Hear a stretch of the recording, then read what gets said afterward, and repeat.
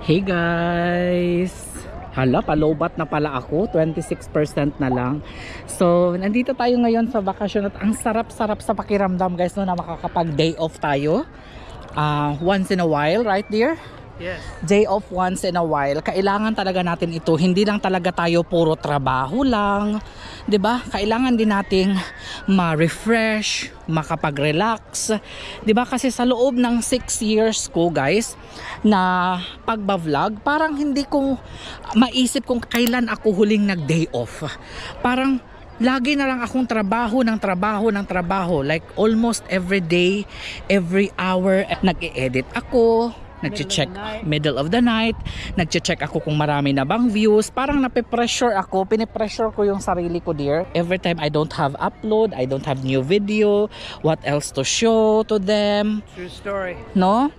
But I'd like to take this opportunity, dear, to say I'm sorry because we're here to Don't apologize. We're here to enjoy, but then sometimes I take you for granted because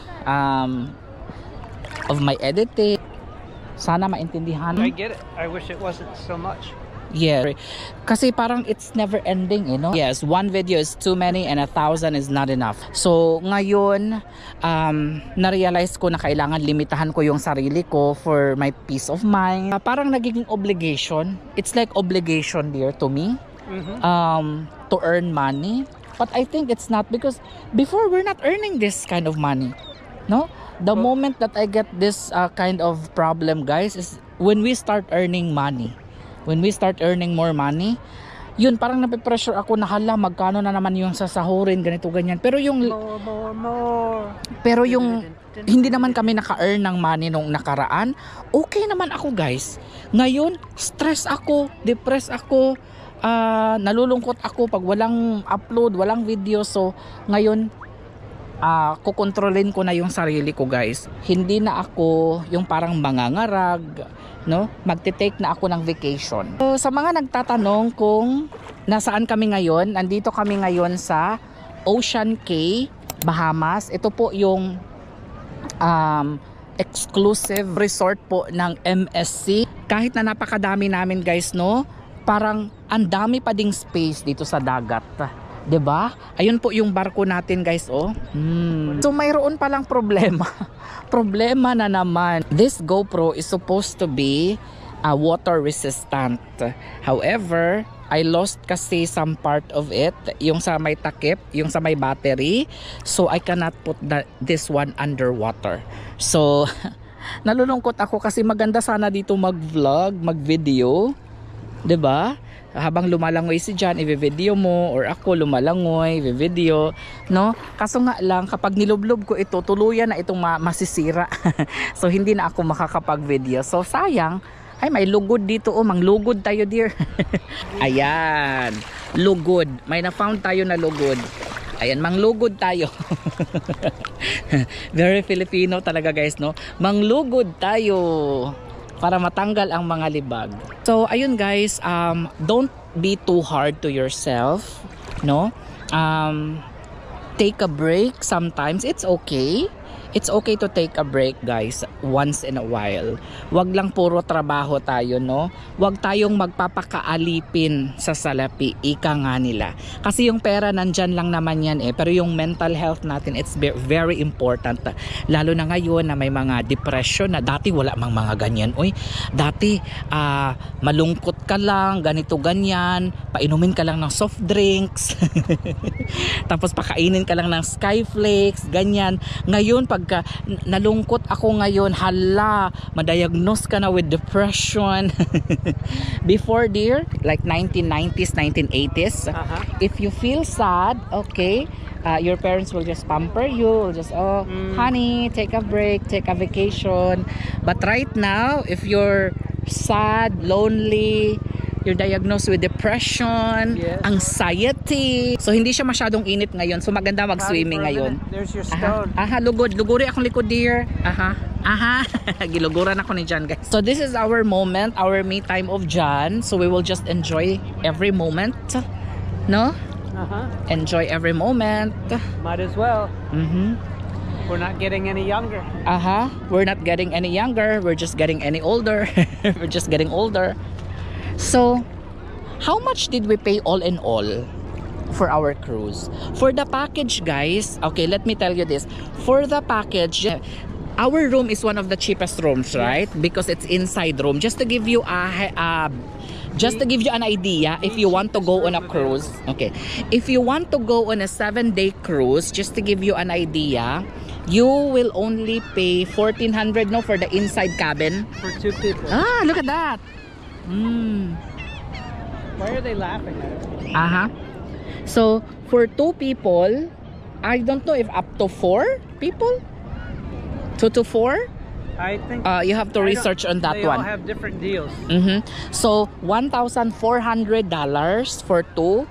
Mayroon na po kayong kasama dyan, guys, na complimentary dining. Right, dear? Yes. And then there's a lot of food around the cruise ship na Loaded. free. Not really free, included sa package mo, which is 1,400. But, if you want to avail of their package, like for example drink package, you have to pay additional. Kami ni Jan, hindi kasi ako umiinom si Jan lang ang umiinom, so we thought na we will not get the package because it's na a waste of money. Oh, we spend more. But if you're a drinker, you can get the package. Now, if you want to dine at their specialty restaurant, there is an additional charge. Yes. Like $55 per person, but it's up to you Pero alam mo, dear, even if you eat in the buffet, it's totally fine. Yes. And there's a lot of free food around the ship. From ice cream, coffee, whatever, free. Everything is available. Actually, yung beverage package is not included in our package. The beverage is not included in our package, so you have to pay for that. If you want a fancy coffee, no matter what, you have. There's also a you have to Emporium, pay. coffee It's Emporium, either a package. $5 or $6. But if you're a coffee person, if you're a soda person, if you're a drinker, you really need the package. Yeah, Because sodas are $4. yes, exactly, because Plus soda 20. is $4. $4 Mhm. for 3 something plus 20%, Uh-huh. and then coffee, everything adds 20% added on to the price that's on the page. So for this vacation, guys, I would say na ang nabayaran namin in total ay $3,000. But for 7 days and 2 of us together, and then we were able to see the beautiful Cozumel, Mexico, Costa Maya, Mexico. We also went to Honduras, Roatan, Honduras, and then we went, this is the last one, the Ocean Cay. I think magtatagal. Usually, kapag ka nagdock yung barko, guys, is we have like 8 hours, right? 8 to 9 hours to go out and wander around if you have excursions. But for this one, I think we're gonna be longer here, like 10 hours to 12 hours dito. Kasi ito po ang kanilang exclusive ocean ng MSC. And later we So- go on an excursion for the whole island. And if you have other questions, guys, let me know in the comment section. I will try my best to answer all your questions, like how much is the excursions. For the excursions, usually starts from $39 up to $179, $200. It depends on where you go Depends on what you want to and do. what you wanna do. So, paiba-iba ang excursions, guys. Kung marami kayong pupuntahan na beach, kasi ito is free ito This beach you don't have. Actually, we only paid for the umbrella. Yes. We only paid for the umbrella and whatever drinks that we will drink right now. And the We are suns- going now. The sunshine is free. The sunshine is free, the water is free, the sand is free. It's beautiful here. Okay, so let's go get a drink now, dear. Okay, let's go get a drink. Lalangoy muna ako, guys, pero hindi ko kayo ilulublob kasi baka tuluyang masira ang aking camera.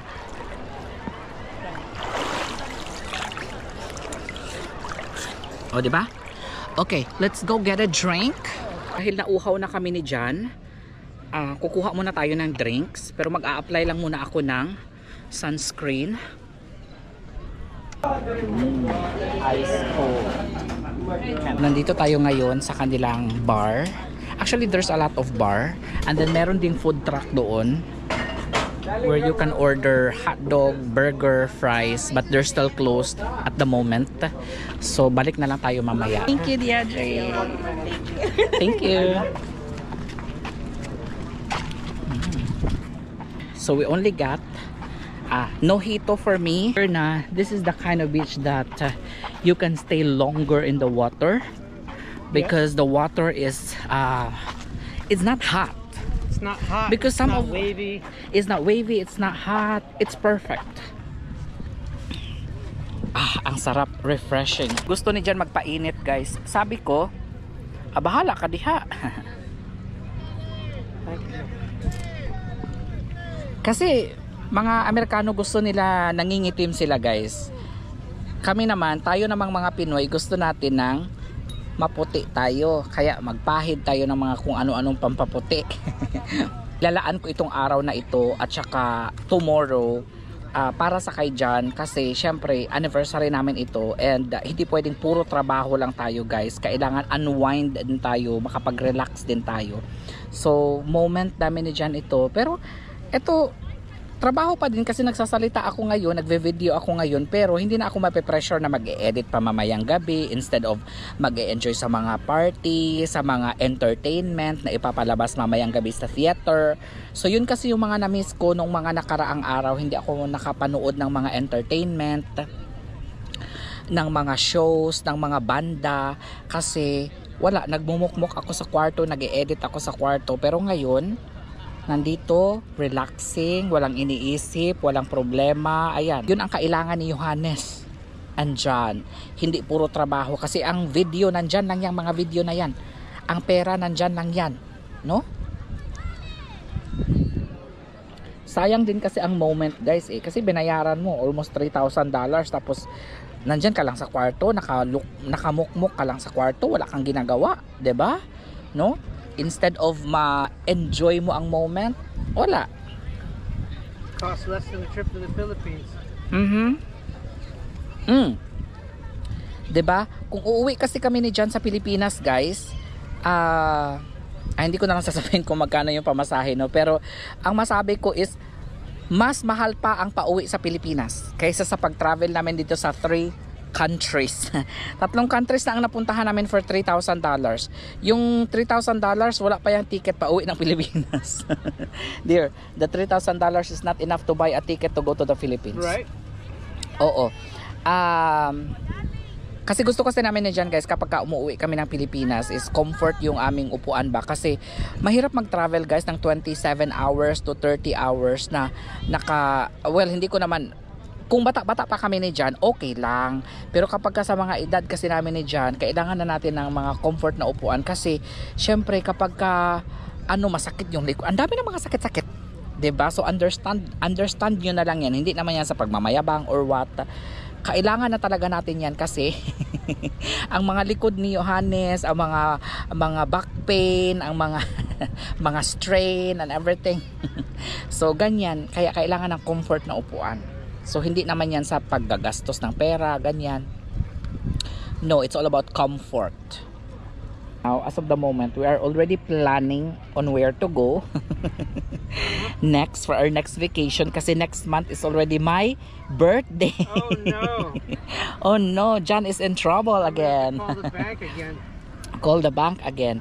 So, birthday ko na naman next month at hindi natin alam kung saan tayo pupunta. Dear, I realized that you can enjoy cruising without paying for a balcony, without paying for thousands of dollars. Oh, for sure. Guys, inside cabin pala, guys, is really a must kung nagtitipid kayo. Kasi you will still get to enjoy the beautiful view, you will still get to eat the food that you wanna eat.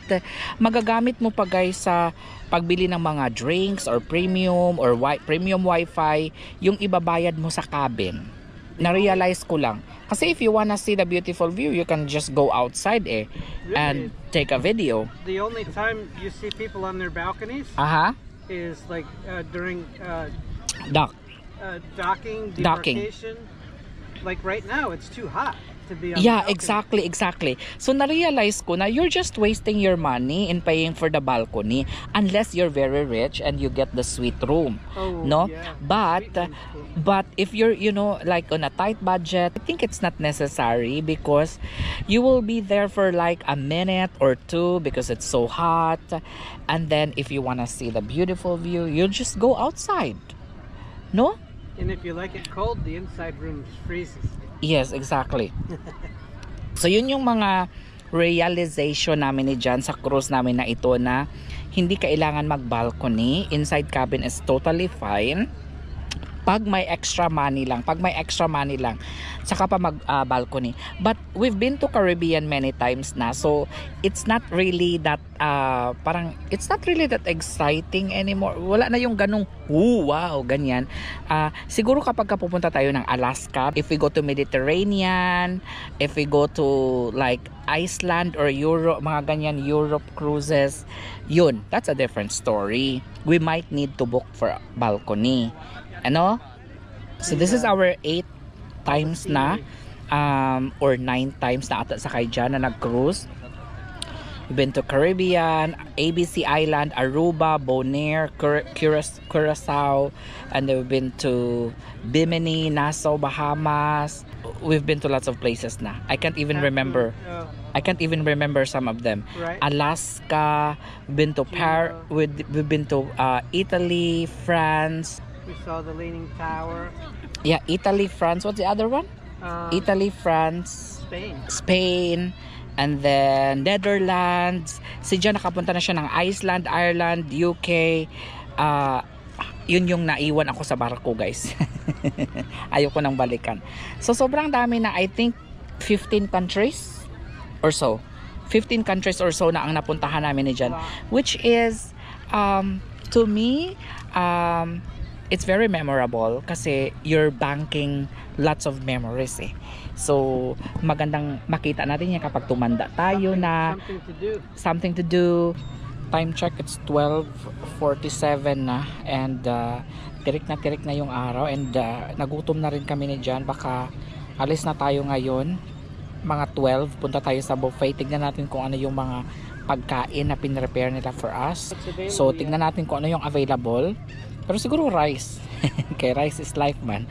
So magra-rice siguro tayo ngayon.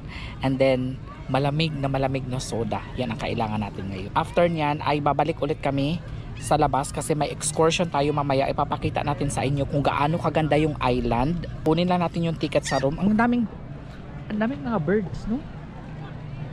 What kind of birds na? Seagull. Ang daming mga seagull dito, guys. Na ibon. Ayun, oh. Ayun. Lots of them. Ayan, hi. Time check. It's already 12 o'clock and pabalik na tayo sa cruise. And bago tayo bumalik, punta muna tayo sa kanilang buffet. Kakain muna tayo. Hinihintay ko lang si Jan kasi sinarado niya lang yung umbrella.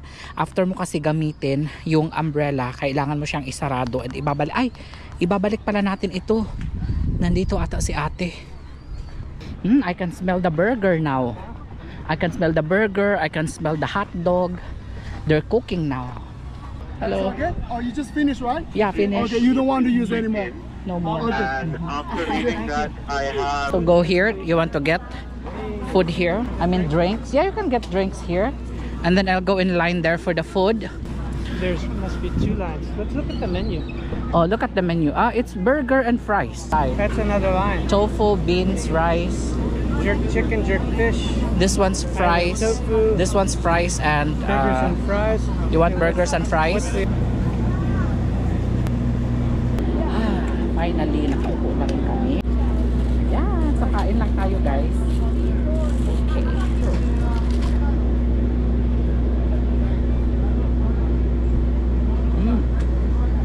Sarap ng corn dog.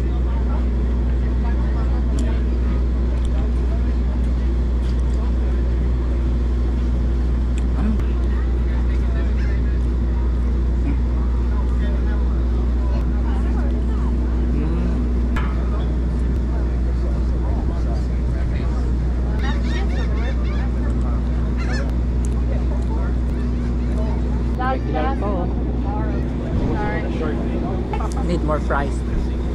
Okay, so busog match na kami. Pabalik 12:30 na.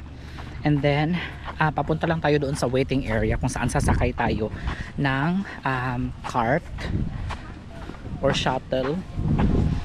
And then pahinga lang tayo saglit sa room, siguro 2 hours, no? Rest 2 hours and then come back out. Maraming mga shower areas dito bago ka lulublob or after mong maligo, mag-rinse ka. So marami yung makikita ka dyan. dito. So sobrang dami pa ding naliligo kahit 12:30 na. Wala silang pakialam guys kung sobrang init. Wala silang pakialam kung humid. Basta maligo sila. Kung maligo sila, walang makakapigil sa kanila. Ganyan ang mga Amerikano guys. And I noticed that there's also lots of trash na makikita ka. So it's really clean here. Clean. Water is aqua blue, you know, turquoise. Ayan. So I really enjoyed this vacation, and there's more to see later. There's more to see later kasi lalabas pa ulit tayo, okay? Alam nyo, noong nakaraang araw, may mga pagkakataong nakakaramdam ako ng matinding pagkalungkot. Kahit nasa bakasyon kami ni John, 7th anniversary pa naman namin, parang may kulang. Oo, nag-celebrate kami, pero sa totoo lang, habang nasa bakasyon kami, puro trabaho ang nasa isip ko. Kada gising sa umaga, iniisip ko agad, may ma-upload ba ako ngayon? Kada gabi, kulang sa tulog dahil sa pag-i-edit ng mga videos. Hindi ko na halos ma-enjoy ang mga moments kasama si John. Sa unang 3 araw ng bakasyon, okay pa eh. Pero habang tumatagal, napapaisip ako, bakit ba ako nai-stress ng ganito? Bakit ako nape-pressure? Hindi naman ako ganito dati. Dati ginagawa ko to dahil gusto ko, dahil masaya. Ngayon parang naging obligasyon na. Hindi na para sa sarili ko, kundi para lang may maipakita, para may maipost. Hanggang sa na-realize ko, anniversary namin ito. Dapat masaya ako. Dapat kasama ko si John. Buo ang atensyon, buo ang puso. Hindi ito oras para mapagod sa trabaho. Ang trabaho nandyan lang yan eh. Pero ang mga sandaling kagaya nito, hindi ko alam kung kailan mauulit. Kaya sa tulad naming mga content creator, o kahit sino pa, paalala, okay lang magpahinga. Okay lang isantabi ang trabaho paminsan-minsan. Hindi tayo tamad. Hindi tayo irresponsable. Tao lang tayo at may karapatan tayong ma-enjoy, magmahal, at mabuhay sa kasalukuyan. At ngayon mas pinipili ko nang maramdaman ang bawat sandali kasama si John kasi yun ang mas mahalaga. Kasi kahit nasa bakasyon kami guys, no, yung utak ko nasa trabaho lang talaga. Pagising sa umaga, dala ng camera, iniisip agad kung anong pwedeng i-shoot, may upload ba today, no?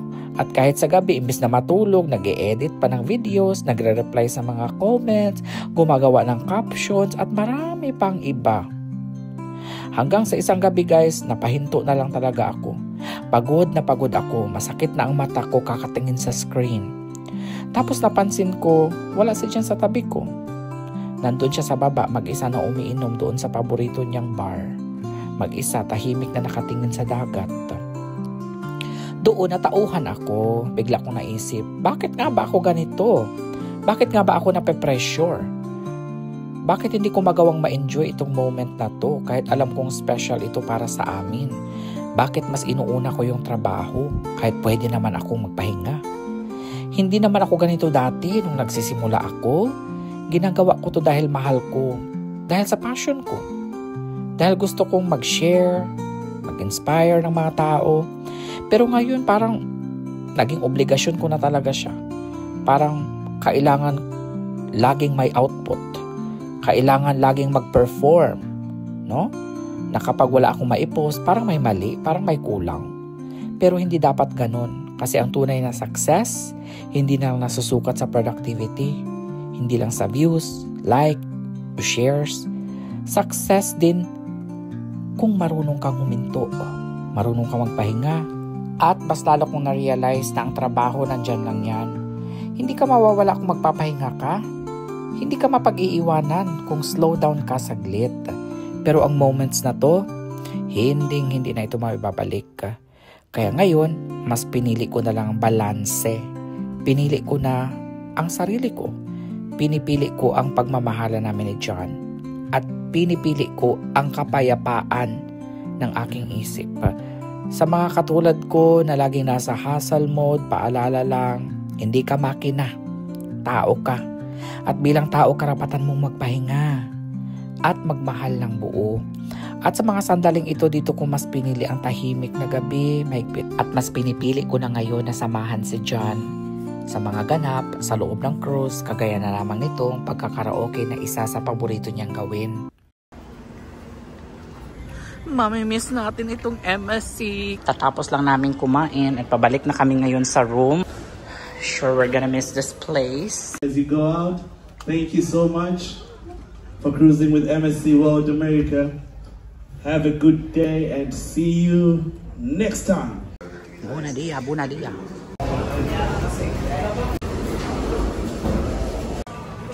Luggage is easy.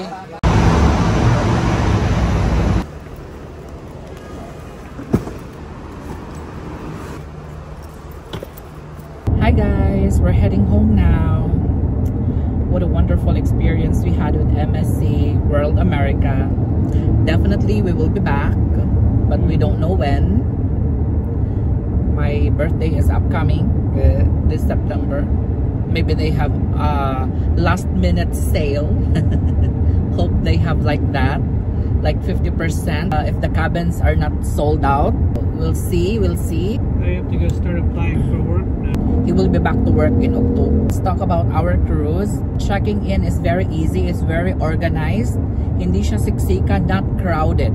When we get to our room, the room was not ready when we arrived. So we just had to put our things in and then we head back out. We had some lunch. On the first day, second day, and third day, I was very busy editing. It's always like that. It's always work while on vacation. But I realized something. You don't have to do that. Don't be too hard to yourself. You can store all the videos and you can do your editing when you get home after your cruise. I feel like I'm obligated to post. That's why I do it from time to time. But I think I will change that kind of routine when we are on vacation. Because it seems like you're not enjoying 100%. It's always an agenda. On a cruise, it's always an agenda. I think next time when we go on a cruise, what I can do is to give you a quick a room tour, a cruise tour at first, and then on the last day of the cruise, that's the time that I can do the editing, all the places that we went, para hindi din magsawa yung mga tao ba, kasi pag everyday din makikita guys no, pag daily vlog parang nakakasawa din siya. And I'd like to commend the one who commented, oh Johannes, you're always showing the food. And it's always the same food all the time, so kaya okay lang naman. Buffet is the buffet, no? Buffet is buffet, same food, same place, same ambience. Para hindi kayo mainip, hindi kayo mabagot, hindi kayo mabored. So, ganun. And upon checking out earlier, this embarkation was very easy. Numbering system by numbers. So, they call your number, and then you go to the gangway, and then you head out, you pick up your luggage. The luggage is in order too. We saw our luggage right away. This is better than airport. Because we thought that you cannot bring home food from the cruise. Now we have an idea you can bring home food. I think cooked food, that's what it is. You can bring home cooked food. Because we actually asked the lady, because she was actually confiscating all the fruits. Because you cannot take out the fruits because of the seeds. You cannot bring that to your country. There's security waiting outside after we got our luggage, and then she confiscated all. If you have fruits, please, we don't want you to get fined kasi mape-penalty ka pala kapag nahuli ka na may dala kang prutas. But I don't know how strict their security is, because there's no security system, or I mean there's no what do you call that, machine. They don't scan your bag. They don't scan your bags all the way out. So I don't know how I don't know how they trace or they track Because that you have food and also in your bag. the food would already be approved because it came off the ship. Because you're not coming in from the islands anywhere. Any excursion, you go outside, they check your bag. So You John can't bring- said, John was worried. He said, I don't want to be that guy na confiscated. Yeah, they'll make an example out of me. Bringing food from cruise ship, because we feel sad, we feel bad because that night they served us a lot of food first before they served the Bicol Express. So that's what happened. So we were already full, and then they served the special. Oh, Johannes, we prepared something for you, but we really appreciate the thought. Thank you so much to all our kababayans who made an effort, especially Chef Jesse, the one who prepared the Bicol Express. It's really good. And then sabi ni John, oh, I feel bad for not, you know, eating this. So Yeah, we have to bring this. Actually, that food is from the other night pa. The Bicol Express was from the other night pa. And then sabi ni John, oh, we have to take it because I love it. What's the it's name of this? delicious. And then I love the recipe, la la la. And then John is going to make that one. So, yan na siguro yung lunch natin later. Thank you to all our kababayans. Has been very helpful, very friendly, Stay on I-95 North. very accommodating. Upon embarkation, Filipino, even up to this embarkation, Filipino, lahat ng bars, mostly Filipinos working at the bars. Because one of the guys said, if I may remember his name, JP, he said that, oh, because Filipino is la la la la la la la, yada yada yada. Very friendly. Very friendly, Chika, very chika, talkative, very chika chika. So let's talk about in general. Let's start with the food. The food is pretty much good. I cannot say that the food is excellent, like top one or number one, because in Celebrity Cruises, the foods are like, what do you call that? You have lots of choices. Okay, let's just say that you have lots of choices from Mediterranean food, US food, Asian. There's like section on the buffet. on the buffet. There's like section that you can choose. I think lots of options at Celebrity Cruises. Holland America is pretty much the same with Celebrity Cruises. Like they have the section. And with this one, although they have two buffet, which I like it, because when deck 18 is busy, you go to deck 19. Although they don't open at the same time, but the difference is only 30 minutes. 30 minutes. But they're pretty much the same food, no? From 18 and 19 Yeah, it's the same. area. Maybe That's what I like because maybe- it's not crowded. Maybe the only difference is the ambience. coffee, the electric coffee machine. Yeah, 18 has the Americano that we like. And then there's well, coffee is everywhere Yeah, free. you can always find Free coffee, free juice. What else? So that's the food, limited with MSC. But it's okay because I'm not really that. I'm the kind of person who doesn't like overwhelming food. I noticed that the Oh, but they have the roasted pork, roasted beef, roasted pork. I mean, their food is limited, but it's okay. What else? The cleanliness, I would go 10 over 10 because it's really clean because it's brand new. So it's given because it's brand new, it's very clean. And I met a lot of kababayan working, even supervisor working as a supervisor, housekeeping supervisor. Now I learned that one person, for example, I met Julius from Cebu. Hello, Julius from Cebu. He's assigned from like deck 6 to deck 80, deck 6 to deck 18. Okay, only the stairs and elevator. So he's cleaning the stairs, the handrails, elevator. So that's it, from morning to afternoon. 12 hours of work. So yun yung assignment niya. And then I also met one kababayan also working in the cabin. So one kababayan, for example, the inside cabin, she works 22. 22 cabins for one cleaner. Ayan. So that's why you have to be very nice to them. Don't make a lot of mess, because it's a hard job. They're cleaning 22 rooms in one day, sometimes twice a day. That's why me and John, we don't let them clean the room all the time. Like sometimes in one day they don't have to clean the room, but they have the policy in 24 hours, if you don't want your room cleaned, they still need to clean it. Yes. Like maybe they remove the trash because it will stink the room or something like that. There's a policy. Yeah, because So they really need to people clean. are really bad. Yes. So they really need to clean the room, but we don't do that like twice a day. No. And also the towels, we don't want them to replace the towels twice a day. So we're replacing the towel sometimes once a week. Or it depends if manimaho na, saka pa natin i-replace. So cleanliness, food, check. What else? Security, check. What else? Giving tip to our kababayan, guys. Whether it's $5, $10, and of course we always give $100. They're no to the cabin, because they work hard, So the cabin attendant. So in each cruise that we had here, we always give 100 since 2022.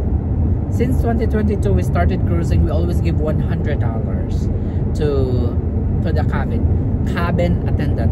Actually, guys, not a lot of people are like us that giving tip, because it's actually included. It's actually included already in your package. Gratuity. How much gratuity? Yeah, it's already 20%. No. It's already included in the package. How much gratuity? Per day, right? $250. See? Oh, there's a new one. They charge you for housekeeping now. $112 a week. Let's see. $112 a week. It's already charged in your package. That's a tax. No, That's it's tax. not. It's extra. Extra. And That's then housekeeping. It's So- a hotel charge. that's already for them, dear, no? No, that's a tax. It's a hotel tax. Hotel tax. Okay. There's another one, gratuity, $250 for the two of us. Yeah, it's $250 for the cruise. That's for the cruise? Yes. Gratuity? Yes. Okay. So they will not give it to the cabin attendant. No, it's split up somehow. Maybe it's split up, but still, we give cash. We give cash. $100. That's why they're very happy. Kapag kami ang inyong natungnan, guys, na what do you call that? Passenger. Kapag kami ang inyong natungnan na passenger, guys, $100 for the cabin attendant. At saka hindi namin masyadong pinapalinis. We are almost home and papa-car wash lang tayo saglit. Kasi yung sasakyan namin, guys, sobrang dusty ngayon. Back to reality. Tignan natin kung anong reaction ng mga pusa natin. Oh. Guys. May bill kaagad. A bill right away. It's not working. Let's go at the back and see if our cats are there. Kitty Province. Kitty Midnight. Hi, Kitty Lovely. Hi. Where are you? Wala sila ngayon, guys. Ay, walang laman yung kanilang ano. They ate already. Ready na i-harvest yung avocado natin. Abangan niyo sa next vlog natin. Ready nang i-harvest. Ayan, sobrang laki na. Unpacking. I told John to go to the table right away and book another cruise. Check for deals. Laundry time. Laundry time tayo, guys. Let's cook rice, guys. Let's cook rice. Currently, it's 10:30. And yung ulam natin mamaya is yung dala namin ni John na Bicol Express. Akala nga talaga namin, guys, masisita kami noon sa security. Kasi kinukuha ang mga pagkain. Pero prutas lang pala yung kino-confiscate nila. Ayan. And nakapag-load na rin ako guys ng laundry natin. Magpapahinga lang muna siguro kami ngayon. Tomorrow, harvesting, gardening. I'm surprised that there's still lots of green star fruits. I'm surprised. So, but I will not be standing star fruits anymore. Only moringa. Ay, moringa natin. Oh, ang dami na naman. Ha? Wow! Look at that! It's already off! Buhay na siya! May dahon na siya kaagad! And what about the papaya? Oh, the papaya looking good. Looking good, the papaya. They survive. 1, 2, 3, 4, 5, 6, 7. They survive. Papaya also, they survive. Wala pa yung ano namin. Kitty cats namin. Kitty cats are hiding, I think, because it's already hot. Stop it. Uy.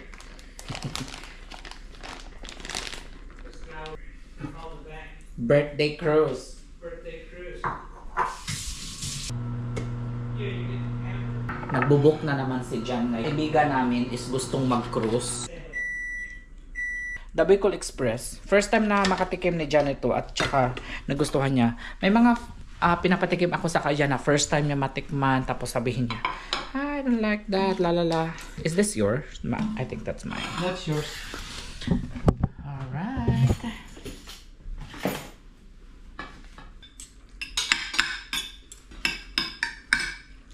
Tastes the same.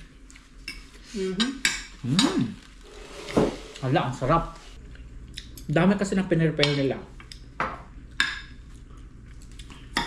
We were sad nga guys because 3 nights they prepared special for us. First is sinigang. Second is adobo. And this one is the third one. I wish they would have told us. Surprise daw kasi yun, kaya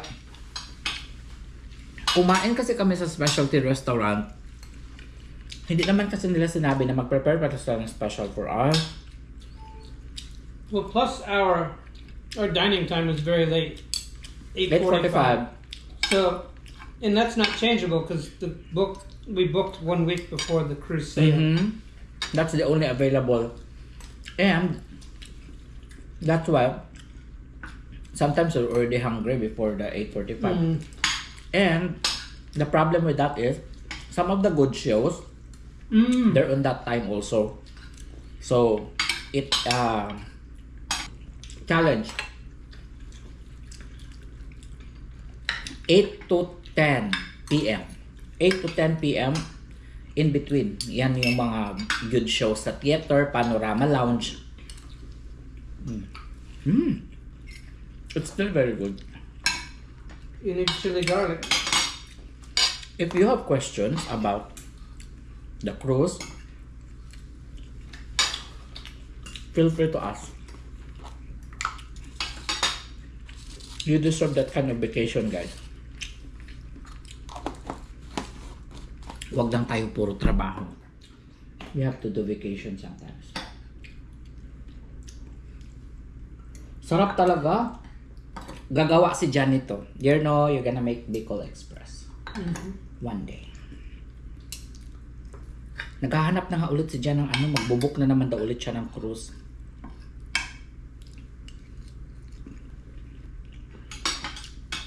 Sarap. Sarap. Very thoughtful talaga ang mga kababayan, no?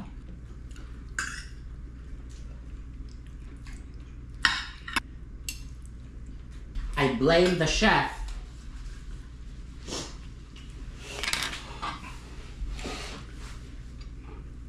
Napa-extra rice tuloy ako, guys. Kasalanan talaga to ng chef. Chef Jesse, if I remember the name. Thank you so much. Yung nag-assist sa atin here is sa Alexis. And then yung isa, si Wayan. So maraming salamat. They're very nice. I'll give you good survey.